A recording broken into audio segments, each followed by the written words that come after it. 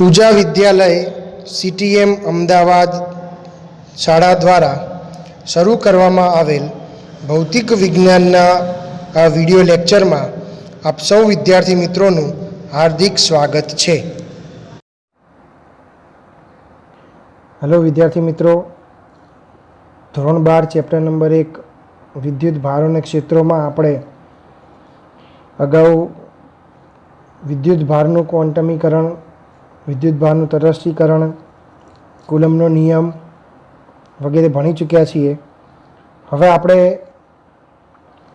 જોવાનું છે કે જો કોઈ તંત્રની અંદર એક કરતાં વધારે વિદ્યુત ભારો હોય તો બધા વિદ્યુત ભારો વચ્ચે લાગતું બળ કઈ રીતનું હશે, કેવું હશે, એની આપણે ચર્ચા કરવાની છે. અહીંયા એક આકૃતિ દર્શાવેલી છે. એ આકૃતિમાં આપણી પાસે કાર્ટેશિયન યામ પદ્ધતિ છે, જેનું ઉદ્ગમ બિંદુ O છે. એક્સ અક્ષ, વાય અક્ષ અને ઝેડ અક્ષ એમ ત્રણ અક્ષમાં એટલે કે ત્રિપરિમાણમાં આપણે અહીંયા ઉદાહરણ તરીકે ત્રણ વિદ્યુત ભાર લીધેલા છે. વિદ્યુત ભાર Q1, વિદ્યુત ભાર Q2 અને વિદ્યુત ભાર Q3. હવે આ ત્રણ વિદ્યુત ભારો જે આપણે લેવાના છીએ એ ત્રણ વિદ્યુત ભારોમાં ધારો કે કોઈ એક વિદ્યુત ભાર ઉપર અન્ય બે વિદ્યુત ભારો વડે કંઈક બળ લાગતું હોય તો જે વિદ્યુત ભાર ઉપર બળ લાગે છે એની ઉપર લાગતું કુલ બળ કેટલું થાય, પરિણામી બળ કેટલું મળશે એ શોધવા માટે આપણી પાસે અહીંયા એક આ થિયરી છે કે ઘણા વિદ્યુત ભારો વચ્ચે લાગતું બળ, કે જેને આપણે બીજા શબ્દોમાં સંપાતપણાનો સિદ્ધાંત કહીએ છીએ. એટલે કે હવે આપણે યાદ રાખીશું કે જ્યાં સંપાતપણાનો સિદ્ધાંત અથવા સંપાતપણાનો કોઈ શબ્દ આવે છે ત્યાં આગળ આપણે શું કરવાનું છે તો કે સરવાળો કરવાનો છે. સૌપ્રથમ આપણે એની વ્યાખ્યા સમજીએ કે જ્યારે કોઈ પણ વિદ્યુત ભાર પર એક કરતાં વધારે કુલંબ બળો લાગતા હોય ત્યારે પરિણામી કુલંબ બળો દરેક સ્વતંત્ર કુલંબ બળના સદિશ સરવાળા જેટલું હોય છે. એકવાર ફરીથી વ્યાખ્યા ખાસ ધ્યાન રાખવા જેવી છે કે જ્યારે કોઈ પણ વિદ્યુત ભાર પર એક કરતાં વધારે કુલંબ બળો લાગતા હોય ત્યારે પરિણામી કુલંબ બળો દરેક સ્વતંત્ર કુલંબ બળના સદિશ સરવાળા જેટલું હોય છે.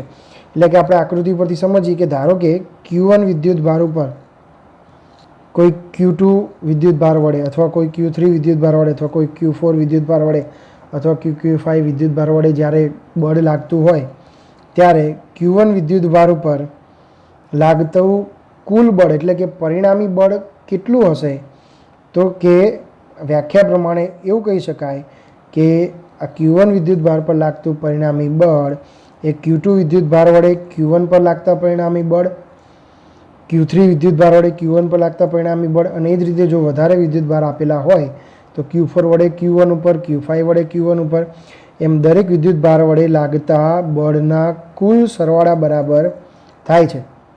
હવે આપણે દિશાની વાત કરીએ તો ધારો કે Q1 નો સ્થાન સદિશ આપણે લીધો છે ઉદ્ગમ બિંદુની સાપેક્ષે R1 સદિશ, Q2 નો સ્થાન સદિશ આપણે લીધો છે ઉદ્ગમ બિંદુની સાપેક્ષે R2 સદિશ, Q3 નો સ્થાન સદિશ લીધો છે આપણે ઉદ્ગમ બિંદુની સાપેક્ષે R3 સદિશ. તો આ રીતે આપણી પાસે ત્રણ સદિશ છે. હવે ધારો કે જો Q2 વિદ્યુત ભાર વડે Q1 વિદ્યુત ભાર ઉપર કંઈ બળ લાગશે તો એ બળની દિશા કઈ હશે તો કે R⁻²1² આ એની દિશાનો એકમ સદિશ હશે, દિશામાંનો એકમ સદિશ હશે. એટલા માટે આપણે બંને વચ્ચેનું અંતર R12 લખીશું, પણ એની બળની દિશાનો એકમ સદિશ શું હશે R⁻²1², બે વડે એક ઉપર લાગતું બળ.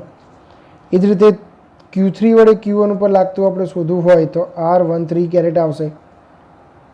તો એની દિશા કઈ હશે તો આપણે સમજીએ કે Q3 વડે આ દિશામાં બળ લાગે છે તો એના બળની દિશા અહીંયા હશે, આ દિશામાં. જ્યારે Q2 વડે Q1 ઉપર બળ લાગશે તો એના બળની દિશા આ દિશામાં હશે. હવે ધોરણ 11માં આપણે સમાંતર બાજુ ચતુષ્કોણનો નિયમ ભણ્યા છીએ, તો એના અનુસાર આપણને પરિણામી સદિશ ક્યાં મળશે? તો કે આને સમાંતર એક બીજો અહીંયા સદિશ દોરવામાં આવે, આને સમાંતર કોઈ બીજો અહીંયા સદિશ દોરવામાં આવે, તો ત્યાં આગળ આ દિશામાં આ બિંદુએ જ્યારે સદિશ મળશે ત્યાં આગળ એનો પરિણામી સદિશ મળશે F1 સદિશ. એટલે કે આ આપણને શું દર્શાવે છે? તો કે ટોટલ સરવાળો દર્શાવે છે. જો આ રીતે અહીંયા ના હોય, સદિશ અહીંયા સુધી લંબાયેલો, તો તમે અહીંયા પણ દોરી શકો છો.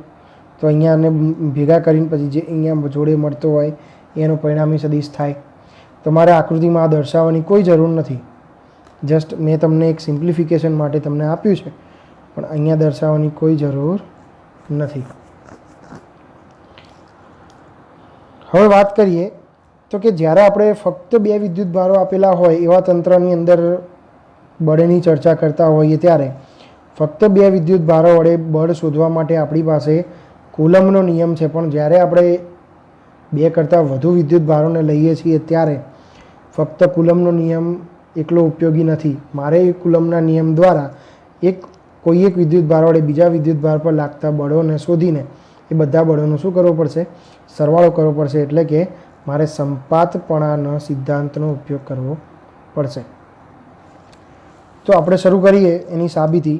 ધારો કે આપણી પાસે કોઈ Q2 વિદ્યુત ભાર છે, તે Q2 વિદ્યુત ભાર વડે વિદ્યુત ભાર Q1 પર લાગતું બળ કુલમ્બના નિયમ પ્રમાણે આપણે લખ્યું હતું એ પ્રમાણે લખી દઈએ. F12 સદિશ બરાબર 1/4πε0 Q1 Q2 upon R12 square into R12 caret. Q3 વિદ્યુત ભાર વડે Q1 વિદ્યુત ભાર પર લાગતું બળ કેટલું થશે? તો કે F13 સદિશ બરાબર 1/4πε0 Q1 Q3 by R13 square R13 caret. હવે આ અત્યારે હાલ જે આપણે લીધું છે આકૃતિમાં એ ફક્ત 3 વિદ્યુત ભારોનું તંત્ર છે. આપણે અહીંયા દર્શાવેલું છે Q1 Q2 અને Q3, ફક્ત 3 વિદ્યુત ભારોનું તંત્ર છે. તો આ 3 વિદ્યુત ભારોના તંત્ર વડે લાગતું કુલ બળ Q1 વિદ્યુત ભાર ઉપર કેટલું હશે? તો એના આપણે ચર્ચા કરીએ. તો કે કુલ બળ કેટલું મળશે? તો આપણે કીધું એ પ્રમાણે સરવાળા જેટલું હોય છે. તો આપણે શું કરીશું? F સદિશ બરાબર, આને તમે F1 સદિશ તરીકે પણ લખી શકો, કારણ કે Q1 સદિશ ઉપર લાગતું બળ છે. તો F1 સદિશ બરાબર F12 સદિશ વત્તા F13 સદિશ બરાબર 1/4πε0 Q1 Q2 upon R12 square R12 caret plus 1/4πε0 Q1 Q3 upon R13 square R13 caret. હવે Q1 ને કોમન કાઢી લઈએ અને 4πε0 જે છે એને કોમન કાઢી લઈએ. તો Q1 upon 4πε0 આપણે સામાન્ય લઈ લઈએ તો અંદર શું વધશે? તો કે કૌંસમાં વધશે Q2 upon R12 square R12 caret plus Q3 upon R13 square R13 caret. પણ આપણી પાસે ધારો કે હવે n વિદ્યુત ભારો હોય, કારણ કે સંખ્યા નક્કી નથી, બ્રહ્માંડમાં અનંત વિદ્યુત ભારો હોઈ શકે. તો આપણી પાસે જે 3 વિદ્યુત ભારોનું તંત્ર હતું એની જગ્યાએ ઘણા બધા વિદ્યુત ભારો હોય. આપણે અત્યારે ધારી લઈએ કે ભાઈ મારી પાસે n વિદ્યુત ભાર છે.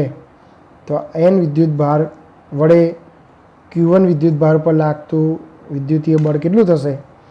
તો આપણે લઈએ કે ઘણા બધા વિદ્યુત ભારો હોય, એટલે કે n વિદ્યુત ભારો હોય, તો તંત્ર વડે Q1 પર લાગતું કુલ બળ કેટલું થાય? તો F1 સદિશ બરાબર F12 સદિશ વત્તા F13 સદિશ વત્તા F14 સદિશ વત્તા F15 સદિશ અપ ટુ જેટલા વિદ્યુત ભાર હોય ત્યાં સુધી. આ શું દર્શાવે છે? તો 2 વડે 1 ઉપર લાગતું બળ, આ દર્શાવે છે 3 વડે 1 ઉપર લાગતું બળ, આ દર્શાવે છે 4 વડે 1 ઉપર લાગતું બળ. આ રીતે nમો વિદ્યુત ભાર જે હશે, 100 હોય તો 100, 500 હોય તો 500, 50 હોય તો 50, જે nમો વિદ્યુત ભાર હશે એના વડે Q1 ઉપર લાગતું બળ. દરેકને આપણે આ રીતે લખીશું.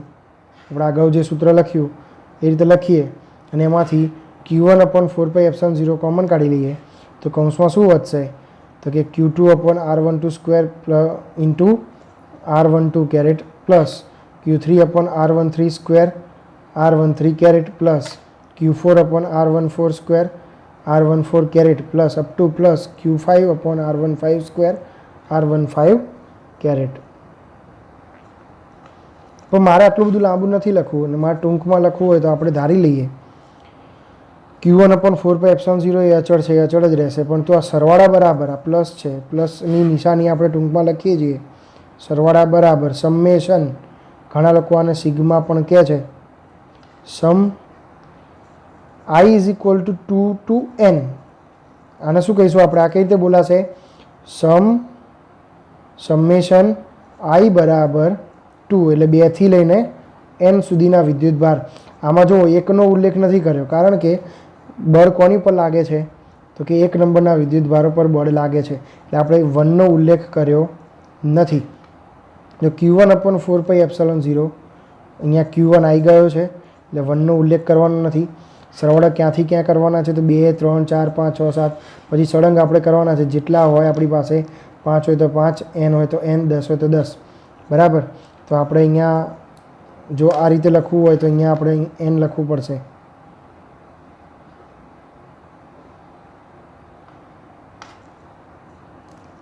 તો આ રીતે આપણી પાસે ટૂંકમાં લખવા માટે છે કે QI अपॉन R1I નો સ્ક્વેર R1I कैरेट बराबर KQ1 समेशन I बराबर 2 to n QI upon R1I square. K ક્યાંથી આવ્યો તો આપણને ખબર જ છે કે ભાઈ K બરાબર શું થાય છે, 1/4πε0, બરાબર છે। તો આ રીતે આપણને સૂત્ર મળશે। આઈની કિંમત તમે મૂકતા જાઓ ને એને બધી કિંમતના સરવાળા કરતા જાઓ, તો I બરાબર 2 મૂકો તો Q2 upon R12 square R12 caret વત્તા I બરાબર 3 મૂકો તો Q3 upon R13 square R13 caret વત્તા Q4 upon R14 square R14 caret up to જ્યાં સુધી તમારી પાસે એ વિદ્યુતભાર હોય n હોય તો n વિદ્યુતભાર સુધી આપણે એને લઈ શકાય। તો હવે ધારો કે આપણે આ નિયમ સમજ્યા પછી અમુક કેટલાક પ્રશ્નો આપણને ઉદ્ભવે છે, એ પ્રશ્નોની આપણે ચર્ચા કરીએ। તો આપણે કે જોઈએ તો કે ભાઈ વિદ્યુતભાર કેવો છે, તો કે વિદ્યુતભાર છે, આ પ્રશ્ન અહીંયા મેં લખેલા નથી પણ તમે ખાસ એને એક પોઈન્ટ આઉટ કરજો, તમે લખજો તમારી નોટબુકમાં કે ભાઈ વિદ્યુતભારનું સંરક્ષણ થઈ શકે છે, શક્ય છે। વિદ્યુતભાર ક્વોન્ટાઇઝ્ડ છે, ક્વોન્ટાઇઝ્ડનો મતલબ આપણે પછી સમજવાના છીએ। પદાર્થ પરનો વિદ્યુતભાર તેની ગતિને કારણે અસર પામતો નથી। પદાર્થ પરનો વિદ્યુતભાર છે એ ગતિને કારણે અસર પામતો નથી, એનો મતલબ શું કે જો કોઈ વિદ્યુતભાર ગતિ કરતો હોય, એક જગ્યાથી બીજી જગ્યાએ જતો હોય, તો તેના વિદ્યુતભારમાં કોઈ વધઘટ કે કોઈ એની અસરમાં, કોઈ એના બળમાં, કોઈ એના ક્ષેત્રમાં ફેરફાર થવાનો નથી। બીજું એક પ્રશ્ન છે, નાનકડો એક વાક્યનો પ્રશ્ન હોય એવો પ્રશ્ન છે કે ધારો કે આપણે એવું વિચારીએ કે ભાઈ એક વિદ્યુતભાર પર બીજા વિદ્યુતભાર વડે કુલંબીય બળ લાગતું હોય, એટલે હું તમને આકૃતિમાં સમજાવું છું કે આપણી પાસે 3 વિદ્યુતભાર છે, Q1 Q2 અને Q3। ધારો કે આપણે એવું વિચારી લઈએ કે ભાઈ કે અહીંયા આપણી પાસે Q3 વિદ્યુતભાર નથી, બરાબર, Q3 વિદ્યુતભાર છે નહીં। તો ધારો કે અહીંયા આપણી પાસે આ બે વિદ્યુતભાર છે Q1 અને Q2। આ બે વિદ્યુતભાર વચ્ચે લાગતું બળ છે આપણે જોઈ લીધું હતું ભાઈ F12 સદિશ બરાબર 1/4πε0 Q1 Q2 upon R12 square R12 carat આપણે આ લઈ લીધું છે। હવે ધારો કે આની પાસે હું કોઈ Q3 નામનો બીજો વિદ્યુતભાર બહારથી લાવું છું, તો આના દ્વારા આની ઉપર અથવા તો કે આના દ્વારા આની ઉપર, એટલે કે Q1 દ્વારા Q2 ઉપર અથવા Q2 દ્વારા Q1 ઉપર જે કંઈ બળ લાગે છે એ બળમાં કોઈ ફેરફાર થશે કે કેમ, બરાબર છે। તો આ સમજવા જેવો ટોપિક છે। તો કે Q1 અને Q2 વચ્ચે જે બળ લાગે છે જેને આપણે F12 કીધું છે, તો Q1 અને Q2 વચ્ચે જે બળ લાગે છે એને આપણે F12 કીધું છે। તો આ F12 જે છે આ F12 ઉપર એટલે કે 2 દ્વારા 1 ઉપર લાગતું જે બળ છે એ બળ ઉપર કોઈ ત્રીજો વિદ્યુતભાર ઉમેરવાથી લાગતા બળ દ્વારા આમાં કોઈ અસર ઉત્પન્ન થશે કે નહીં, આપણો આ પ્રશ્ન છે. તો અહીંયા સમજવા જેવું એક શું છે તો કે ભાઈ આ જે નિયમ છે ને, આ જે બળ છે એ બળને આપણે બીજું નામ આપીશું ટુ બોડી ફોર્સ. બળને બીજું નામ આપીશું two body force. Two body ફોર્સનો મતલબ થાય કે બે વિદ્યુતભાર વચ્ચે જે પણ બળ લાગતું હશે એ બળના ત્રીજા વિદ્યુતભારના આવવાથી કોઈ ફેરફાર જોવા મળતો નથી. આ ત્રીજો વિદ્યુતભાર આની પર કંઈક બળ લગાડતો હશે તેની પર લાગતા પરિણામી બળમાં આનો ઉમેરો થશે, પણ આના બળમાં આની કોઈ અસર ઉદ્ભવતી નથી. એટલે કે આપણે હમણાં કીધું એ પ્રમાણે કે એક વિદ્યુતભાર બીજા વિદ્યુતભાર પર બળ લગાડતો હોય તો અન્ય કોઈ ત્રીજો વિદ્યુતભારને નજીક લાવતા તેના વિદ્યુતભારમાં કોઈ ફેરફાર થાય છે તો કે ના, બે વિદ્યુતભાર વચ્ચે લાગતા બળ પર અન્ય કોઈ વિદ્યુતભારની અસર થતી નથી. બરાબર છે. તો આને આપણે કહીશું ટુ બોડી ફોર્સ. હવે આપણે સમજવાના છીએ એક નાનકડો પણ બહુ મોસ્ટ ઇમ્પોર્ટન્ટ ટોપિક છે વિદ્યુત ક્ષેત્ર. આ જ વિદ્યુત જે ક્ષેત્ર જે છે એ વિદ્યુત ક્ષેત્ર આપણે એક થિયરી સ્વરૂપે લઈએ છીએ. બિંદુવત વિદ્યુતભારનું વિદ્યુત ક્ષેત્ર સમજાવો. તો કે દરેક વિદ્યુતભારને પોતપોતાનો કોઈ ક્ષેત્ર છે. જેમ કે આપણે અગાઉના ધોરણમાં ભણી ચૂક્યા છીએ કે કોઈ ચુંબક મૂકેલું હોય તો એ ચુંબકને અમુક વિસ્તાર સુધીમાં તમે આકર્ષિત કરી શકો. એક ચુંબક રૂમના બીજા ખૂણે મૂક્યું હોય, બીજું ચુંબક બાજુવાળાના ઘરમાં મૂક્યું હોય તો એનું કોઈ આકર્ષણ બળ કે અપાકર્ષણ બળ લાગતું નથી. કેમ? તો કે એ પોતપોતાના વિસ્તારમાં નથી. તો એ વિસ્તાર એટલે કે ક્ષેત્ર. તો વિદ્યુતભારમાં પણ એવું છે જ કે વિદ્યુતભારનું પણ ચોક્કસ કોઈ એક વિસ્તાર છે કે ચોક્કસ વિસ્તારમાં જો એ વિદ્યુતભાર મૂકેલો હોય તો જ તમને વિદ્યુતીય બળ જોવા મળે. અને વિદ્યુતીય બળ જોવા મળે તો એ ચોક્કસ વિસ્તારને આપણે શું કહીશું? વિદ્યુત ક્ષેત્ર કહીશું. અને આ વિદ્યુત ક્ષેત્ર આપણે અહીંયા સાબિત કરવાનું છે કે બિંદુવત વિદ્યુતભારનું વિદ્યુત ક્ષેત્ર સમજાવો. સૌથી પહેલાં તો આપણે વિદ્યુતભારનું વિદ્યુત ક્ષેત્ર સમજાવવાનું છે. તો એના માટે એક આકૃતિ લઈએ કે ધારો કે મેં કોઈ ક્યુ વિદ્યુતભાર અહીંયા મૂક્યો છે, કેપિટલ ક્યુ વિદ્યુતભાર ત્રિપરિમાણમાં ઉદ્ગમ બિંદુ ઉપર. ત્યાંથી મેં કોઈ બીજો વિદ્યુતભાર અન્ય વિદ્યુતભાર લીધો છે કે એની ઉપર વિદ્યુત ભારની કોઈ અસર ઉત્પન્ન થાય છે કે કેમ એને સમજવા માટે. એટલે કે આના વિદ્યુત ક્ષેત્રની કેટલી અસર અહીંયા ઉત્પન્ન થાય છે એને સમજવા માટે આપણે લીધું છે. બરાબર. તો આપણે આની ચર્ચા બહુ લાંબી છે એટલા માટે આપણે એના ચર્ચા આવતા લેક્ચરમાં કરીશું. આમાં ઘણું બધું જાણવા જેવું છે એટલે આપણે આ ચર્ચા કરીશું પછી.